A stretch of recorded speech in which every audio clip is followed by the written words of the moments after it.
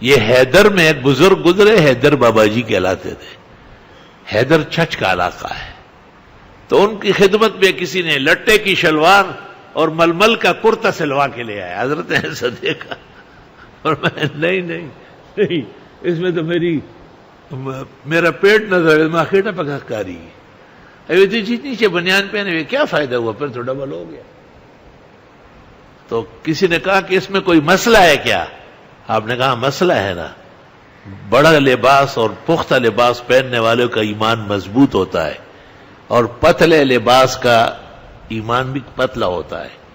تو اس آدمی نے اعتراض کے طور پہ کہا ہمارا جو علاقہ ہے سرحد کا، اس کو وہ لوگ سما کہتے ہیں، ہموار زمین، وی د سمے د خلکو خو ټول کپڑے غټي غټي دي، بابا جی ورته ته په دې نه پوهېږي د سمې خلق په ایمان کې تاسو باندې غلبه ده، خو ټول کلک مسلمانان دي۔ انہوں نے کہا کہ وہاں اوپر کے جو لوگ ہیں ان کے تو بڑے بڑے کپڑے ہوتے ہیں، تو حضرت نے کہا کہ اس لیے ان کا ایمان مضبوط ہے نا، پتلے کپڑے پہنو گے اور ننگے ننگے رہو گے تو ایسے ہی ہوں گے۔ شاہ اسماعیل نے ایک کتاب لکھی ہے مجاہدین کے لیے، یا کروزہ، اس پہ شاہ صاحب نے اجازت دی ہے کہ سفر کے لیے، جہاد کے لیے رنگین کپڑا پہن سکتے ہیں، لیکن حضرت اقدس شاہ صاحب تو مجاہدین کے اور موحدین کے سلطان تھے، اور ہمارے اہل حق کے سروں کے تاج تھے،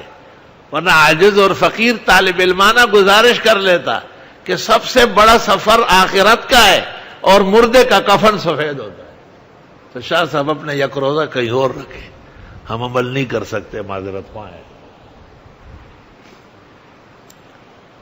اللہ اللہ،